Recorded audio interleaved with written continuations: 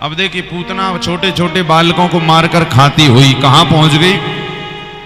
मां यशोदा के नंद महल के दरवाजे पर।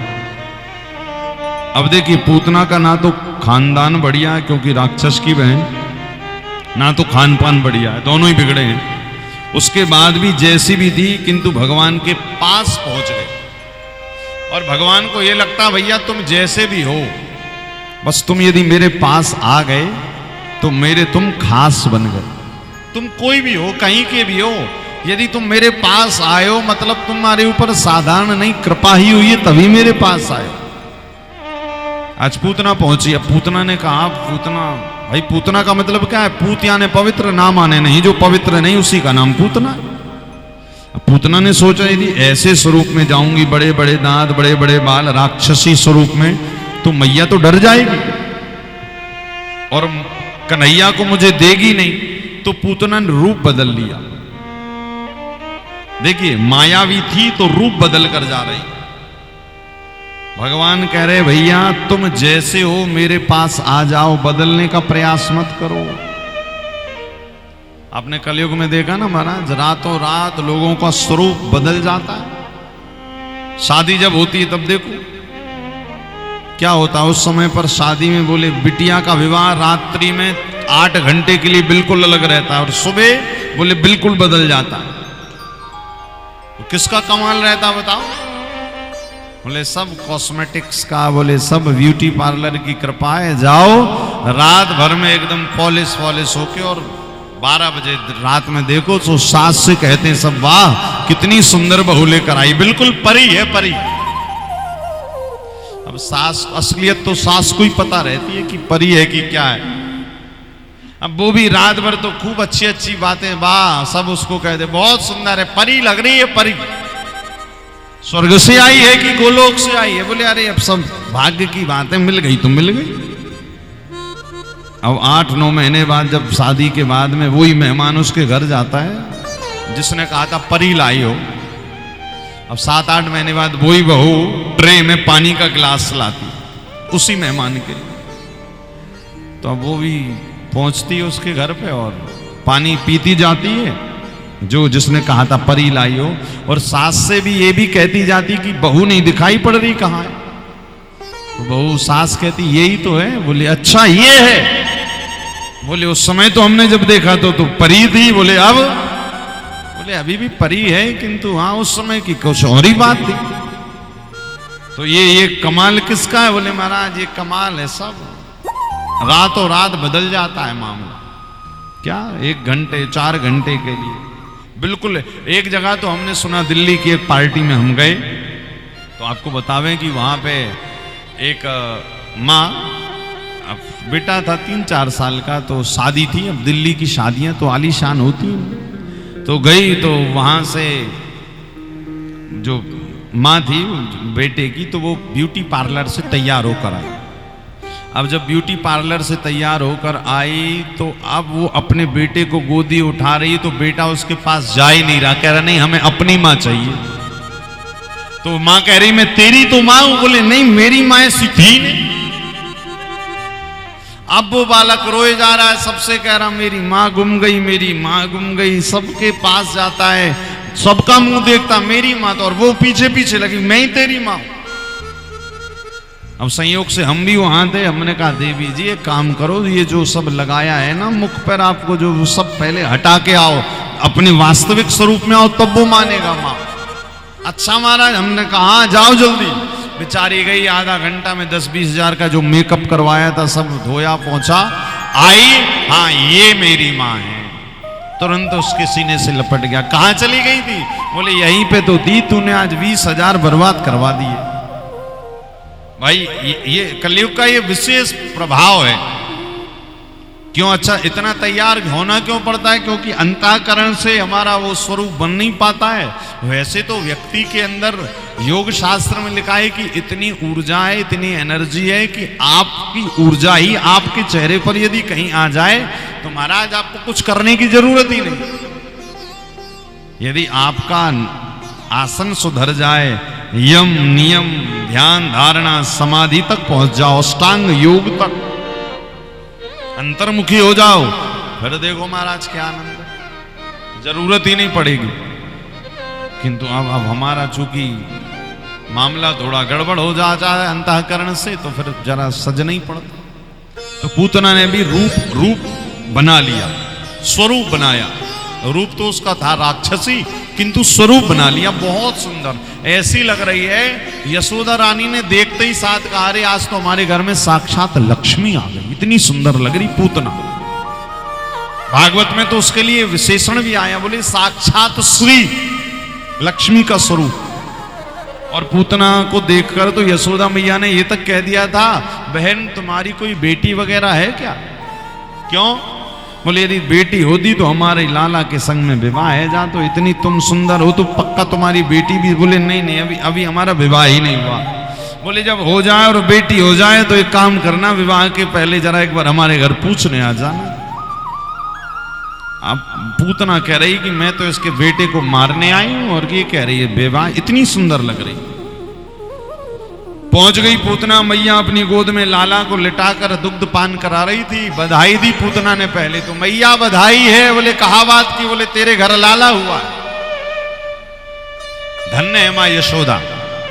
देखिए यशोदा का अर्थ क्या है? यशोदा का अर्थ है जो अपने यश का भी दान कर दे, उसी का नाम है यशोदा। यस्या ददातीति यशोदा। यश का दान मतलब आप जीवन में कितने भी पुण्य करें, कितने भी बढ़िया काम करें, किंतु अपने ऊपर यश कभी मत लीजिएगा। क्यों? क्योंकि यश यदि आपने ले लिया तो वास्तव में फिर वो पाप बन जाता है। आपने पुण्य किया और पुण्य के बदले आपने सोचा हमने किया, तो याद रखिएगा वो सब गड़बड़ हो जाता है। और अच्छा, एक और जीवन की सत्यता है कि व्यक्ति चाहकर भी कुछ नहीं कर सकता। अरे सब ही न चावत राम गोसाई, अरे नाचे नर मरकट की नाई, आप ही पूजे आप पुजावे। हे नाथ, आप ही करते हो। ये तो व्यक्ति व्यर्थ में अभिमान करता है कि करने वाला मैं हूं। एक बात याद रखिएगा, हम केवल सोच सकते हैं, कर्म कर सकते हैं, किंतु जब फल मिलता है तो वो फल कभी भी उसके अधिकारी हम नहीं है।